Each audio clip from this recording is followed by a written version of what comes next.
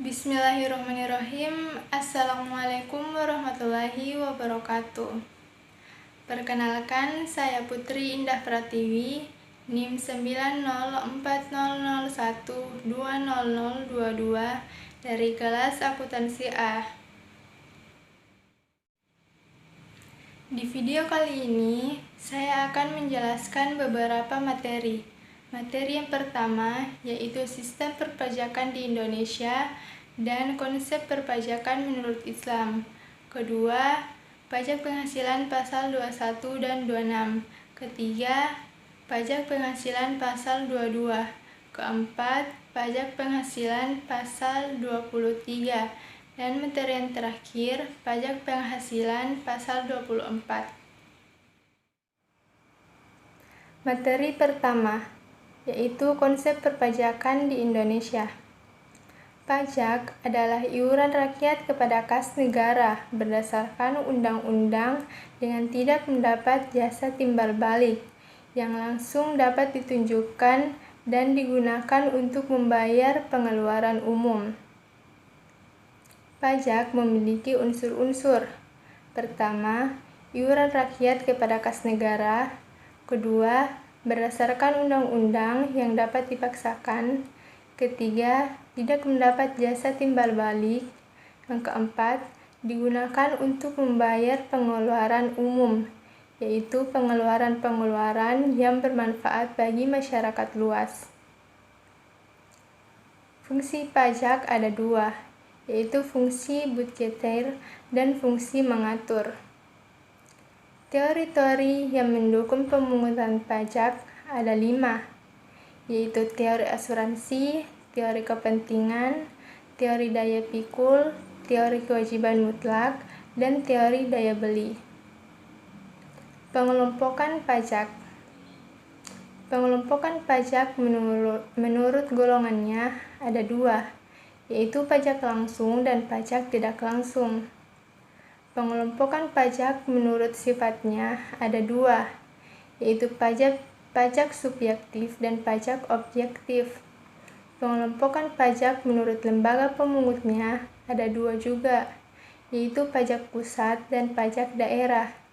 Nah, pajak daerah ini terdiri lagi dari pajak provinsi dan pajak kabupaten atau kota.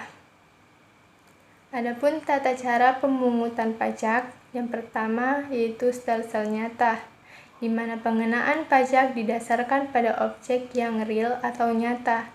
Yang kedua, stelsel anggapan, yaitu stelsel yang mendasarkan pemungutan pajak berdasarkan pada suatu anggapan. Dan yang ketiga yaitu stelsel campuran, merupakan kombinasi antara stelsel nyata dan stelsel anggapan. Asas pemungutan pajak dibagi menjadi 3, yaitu asas domisili, asas sumber, dan asas kebangsaan. Sistem pemungutan pajak yaitu pertama, official assessment system, self assessment system, dan yang ketiga withholding system. Tarif pajak dibagi menjadi 4. Yang pertama, tarif tetap, tarif proporsional, tarif progresif, dan tarif degresif. Konsep pajak menurut Islam. Pajak menurut syariah Islam, secara etimologi, pajak berasal dari bahasa Arab dengan istilah daribah, yang berarti mewajibkan, menetapkan, menentukan, memukul, menerangkan, atau membebankan. Sehingga daribah adalah harta yang dipungut oleh negara yang bersifat wajib, selain jizyah dan kharaj. Ketentuan umum pajak menurut Islam. Pajak diperbolehkan dalam Islam karena adanya kondisi tertentu dan juga syarat tertentu, seperti adil, merata, dan tidak membebani rakyat, serta untuk kepentingan kemaslahatan. Pajak diperbolehkan setelah zakat ditunaikan. Pemberlakuan pajak dalam Islam adalah situasional, tidak harus terus-menerus. Ia bisa saja dihapuskan bila baitul mal atau tempat penyimpanan sudah terisi kembali. Adapun jenis dan macam pajak dalam Islam, yaitu kharaj, usyur, khums, jizyah, usyur, dan nawaib atau daraib.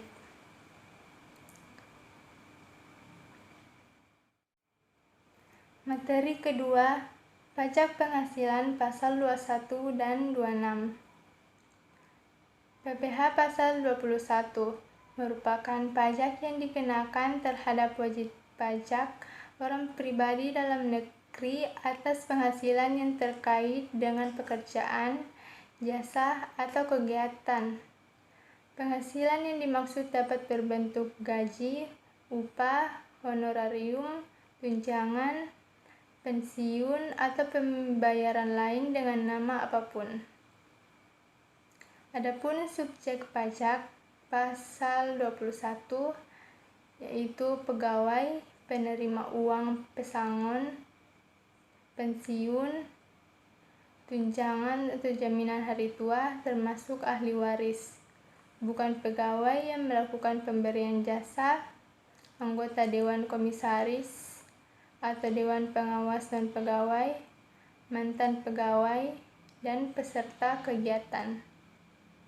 Adapun objek PPh pasal 21 yang final yaitu penghasilan tidak tetap atau tidak teratur yang menjadi beban APBN atau APBD. Dana pensiun yang dialihkan dengan membeli anuitas seumur hidup, uang tebusan pensiun, dan uang pesangon.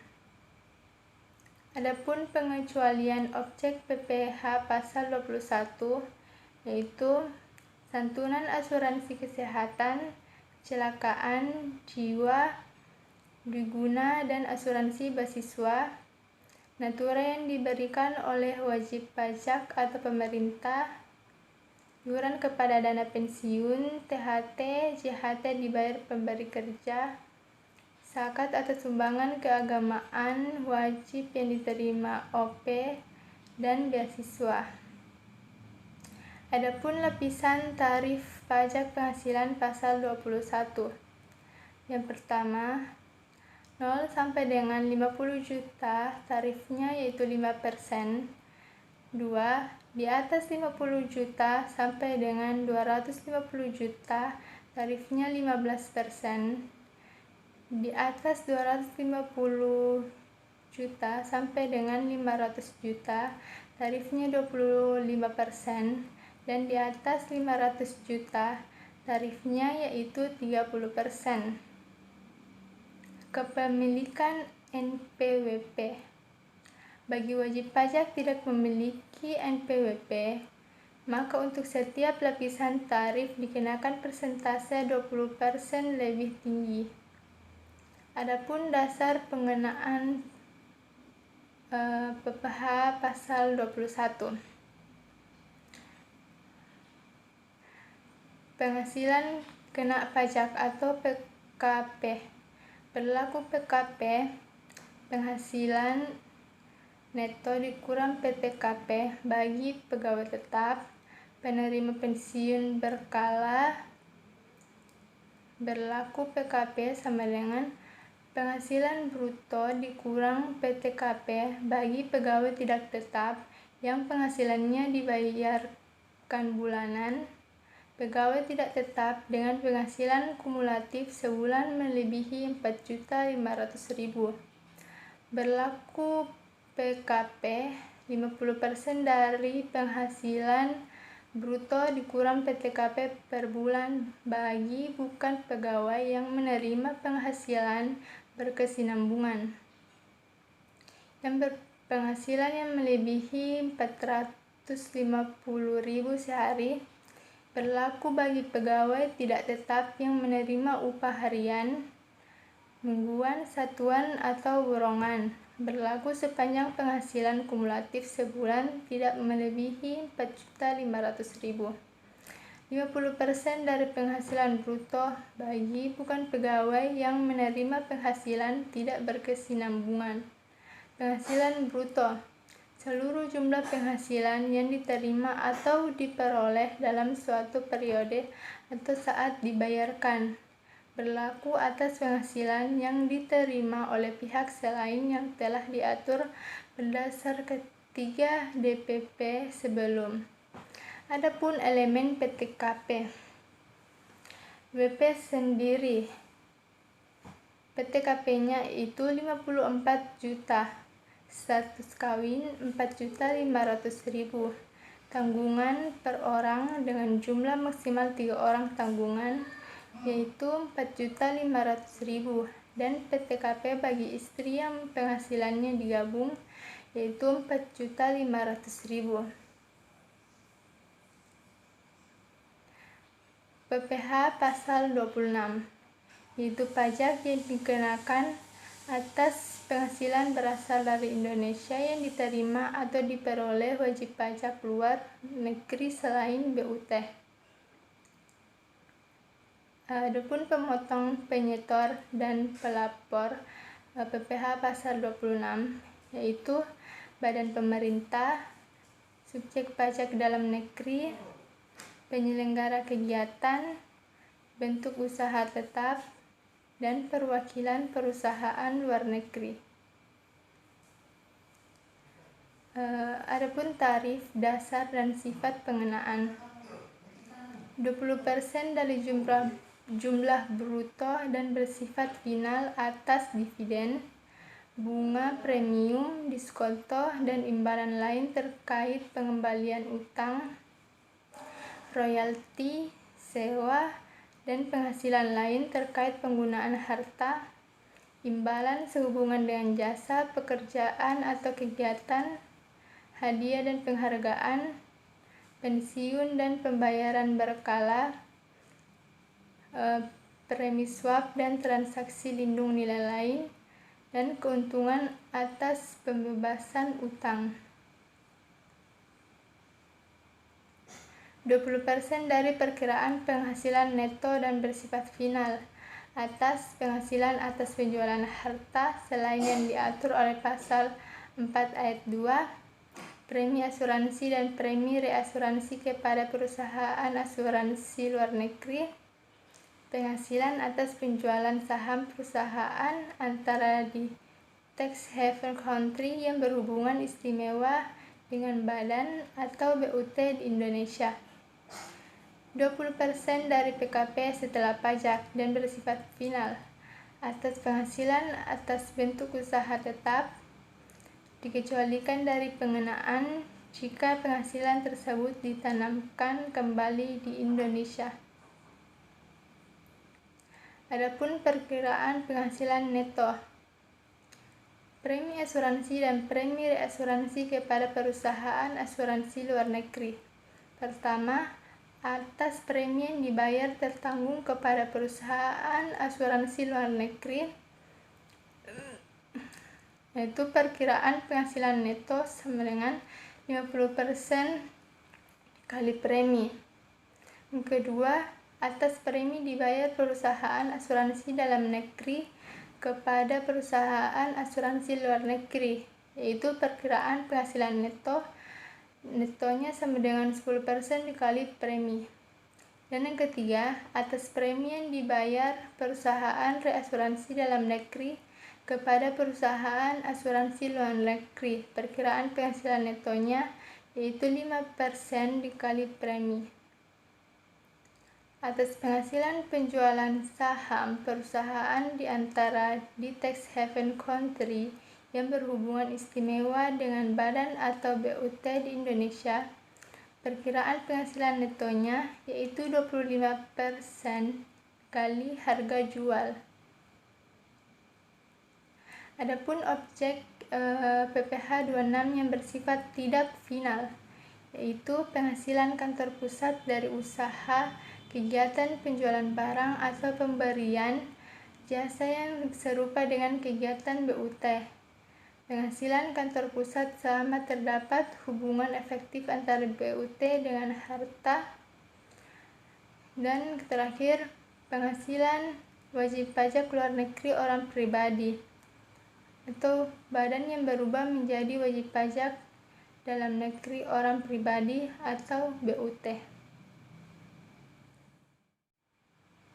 Materi yang ketiga, PPh pasal 22. PPh pasal 22 merupakan pembayaran PPh dalam tahun berjalan yang dipungut oleh bendaharawan pemerintah, instansi atau lembaga pemerintah dan lembaga negara lainnya sehubungan dengan pembayaran atas penyerahan barang. Badan-badan tertentu berkenaan dengan kegiatan di bidang impor atau kegiatan usaha di bidang lain. Adapun pemungut pajak PPh pasal 22 yaitu Bank Devisa dan Ditjen Bea Cukai atas impor barang, Ditjen Anggaran, bendaharawan, pemerintah yang melakukan pembayaran atas pembelian barang. Yang ketiga, BUMN dan BUMD yang melakukan pembayaran atas pembelian barang yang dananya dari belanja negara atau belanja daerah. Yang keempat, BI, Bulog, Telkom, PLN, Indosat, Krakatau Steel, Pertamina, dan bank-bank BUMN yang melakukan pembelian barang yang dananya bersumber dari APBN atau non-APBN. Dan yang kelima, badan usaha yang bergerak di industri semen, rokok, kertas, baja, otomotif yang ditunjuk oleh Kepala KPP atas penjualan hasil produksinya di dalam negeri. Yang keenam, Pertamina serta badan usaha selain Pertamina yang bergerak di bidang BBM jenis premix, super TT dan gas atas penjualan hasil produksinya. Yang ketujuh, industri dan eksportir yang bergerak dalam sektor perhutanan, perkebunan, pertanian, perikanan yang ditunjuk oleh Kepala KPP atas pembelian bahan-bahan untuk keperluan industri. Adapun objek pemungutan PPh pasal 22 yaitu impor barang, pembayaran atas pembelian barang yang dilakukan oleh Ditjen Anggaran, bendaharawan pemerintah, pembayaran atas pembelian barang yang dilakukan BUMN dan BUMD yang dananya dari belanja negara atau belanja daerah, penjualan hasil produksi di dalam negeri yang dilakukan oleh badan usaha yang bergerak di bidang industri semen, rokok, kertas, baja, dan otomotif. Penjualan hasil produksi yang dilakukan oleh Pertamina dan badan usaha lain selain Pertamina yang bergerak di bidang BBM jenis premix dan gas. Dan 6. Pembelian bahan-bahan untuk keperluan industri atau ekspor, industri dan eksportir yang bergerak dalam sektor perhutanan, perkebunan, pertanian, dan perikanan dari pedagang pengumpul.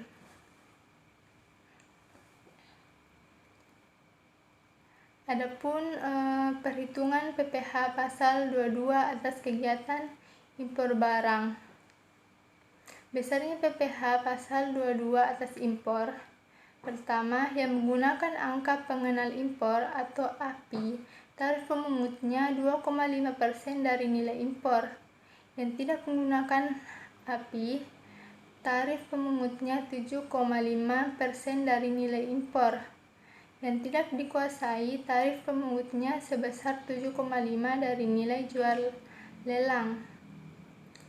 Perhitungan PPh pasal 22 atas pembelian barang yang dibiayai dengan APBN atau APBD.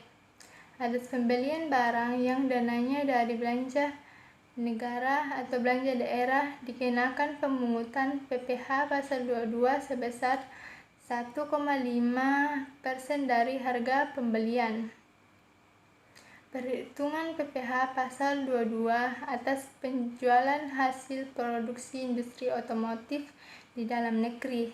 Besarnya PPh pasal 22 atas penjualan semua jenis kendaraan bermotor roda 2 atau lebih di dalam negeri sebesar 0,45% dari dasar pengenaan pajak PPN. Perhitungan PPh Pasal 22 atas penjualan hasil produksi industri rokok dalam negeri. Besarnya PPh Pasal 22 yang wajib dipungut oleh industri rokok di dalam negeri adalah 0,15% dari harga batrol dan bersifat final. Perhitungan PPh Pasal 22 atas penjualan hasil produksi industri kertas di dalam negeri. Besarnya PPh Pasal 22 yang wajib dipungut oleh industri kertas pada saat penjualan kertas di dalam negeri adalah 0,1 dari dasar pengenaan pajak PPN. Perhitungan PPh Pasal 22 atas penjualan hasil produksi industri semen di dalam negeri. Besarnya PPh Pasal 22 yang wajib dipungut oleh industri semen pada saat penjualan semen dalam negeri adalah 0,25% dari dasar pengenaan pajak PNN. Perhitungan PPh Pasal 22 atas penjualan hasil produksi baja di dalam negeri. Besarnya PPh Pasal 22 yang wajib dipungut oleh industri baja pada saat penjualan hasil produksinya di dalam negeri adalah 0,3% dari dasar pengenaan pajak PPN. Perhitungan PPh Pasal 22 atas pembelian bahan-bahan untuk keperluan industri atau ekspor oleh industri yang bergerak dalam sektor perhutanan, perkebunan, pertanian, perikanan dari pedagang pengumpul. Besarnya PPh Pasal 22 yang wajib dipungut oleh industri atau eksportir yang bergerak dalam sektor perhutanan, perkebunan, pertanian, perikanan yang telah terdaftar sebagai wajib pajak sebesar 0,5. Perhitungan PPh Pasal 22 yang dipungut oleh Pertamina dan badan usaha selain Pertamina. Besarnya PPh Pasal 22 yang wajib dipungut oleh Pertamina dan badan usaha lainnya yang bergerak dalam bidang BBM jenis premix, super TT dan gas atas penjualan hasil produksinya sebagai berikut. Pertama, atas penembusan premium solar premis atau super TT oleh SPBU, swastanisasi adalah 0,3% dari penjualan. Kedua, atas penembusan premium solar premis atau super TT oleh SPBU Pertamina adalah 0,25% dari penjualan. Dan yang ketiga, atas penjualan minyak tanah, gas LPG, dan perumas adalah 0,3% dari penjualan. Besarnya pungutan di atas yang ditetapkan terhadap wajib pajak yang tidak memiliki NPWP menjadi lebih tinggi 100% daripada tarif yang ditetapkan terhadap wajib pajak yang dapat menunjukkan NPWP-nya.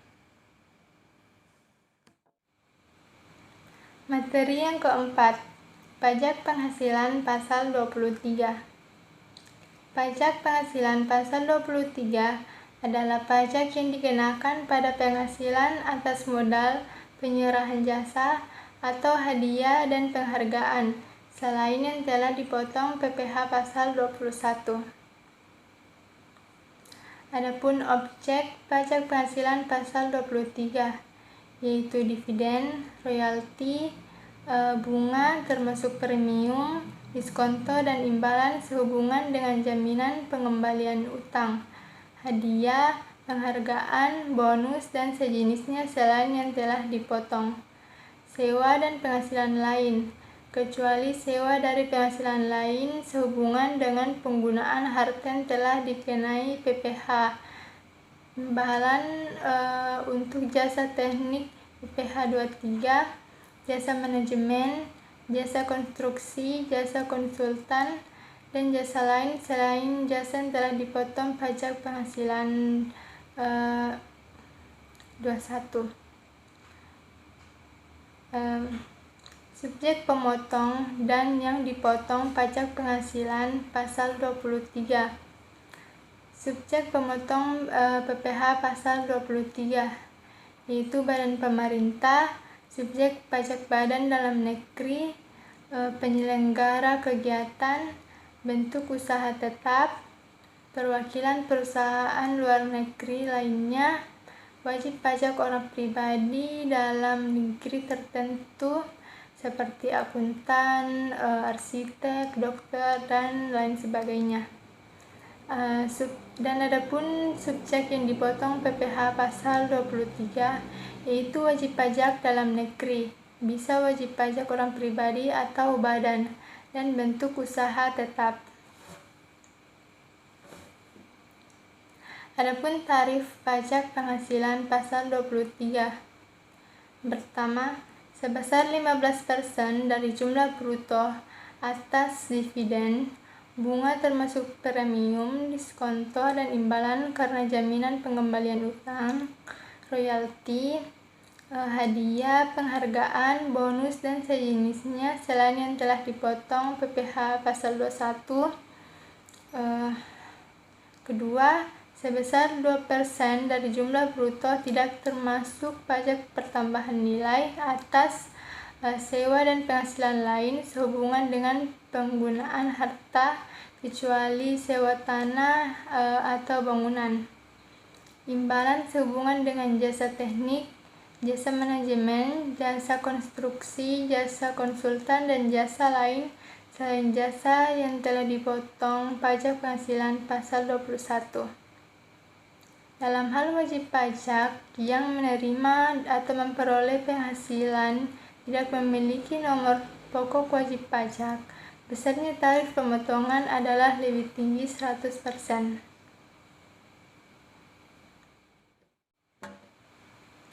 Materi terakhir atau materi kelima, yaitu pajak penghasilan pasal 24.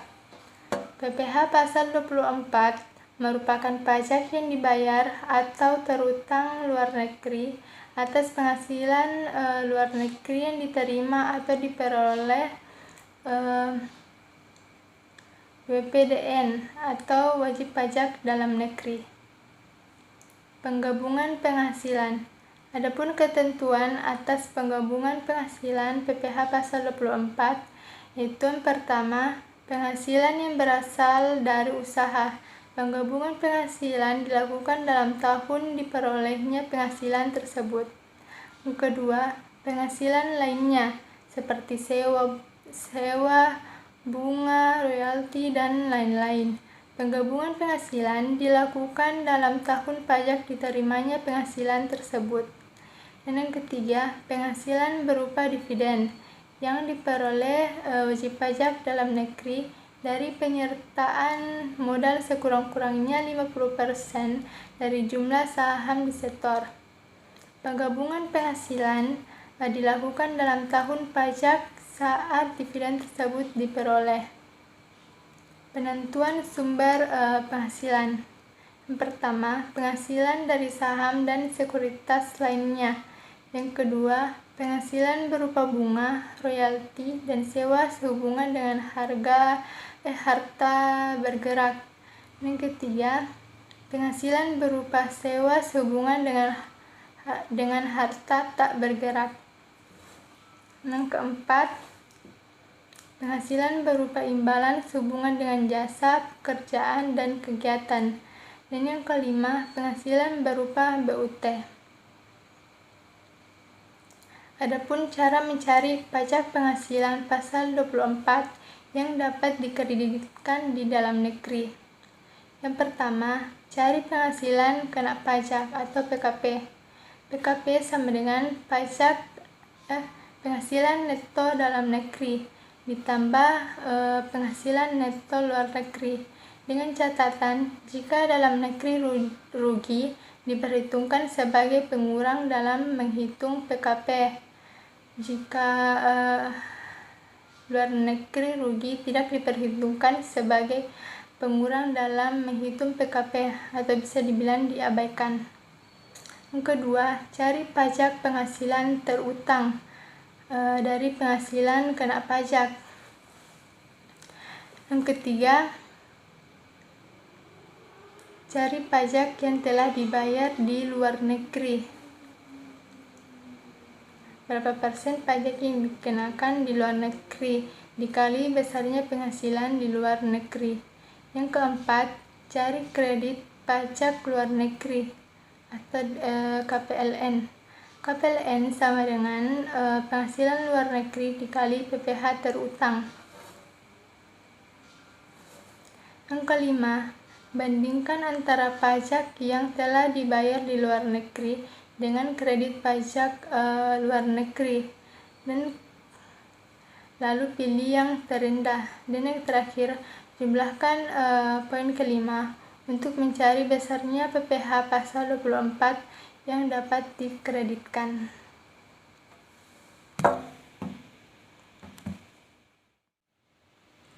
Mungkin hanya itu yang dapat saya jelaskan. Kurang dan lebihnya mohon dimaafkan. Terima kasih. Wassalamualaikum warahmatullahi wabarakatuh.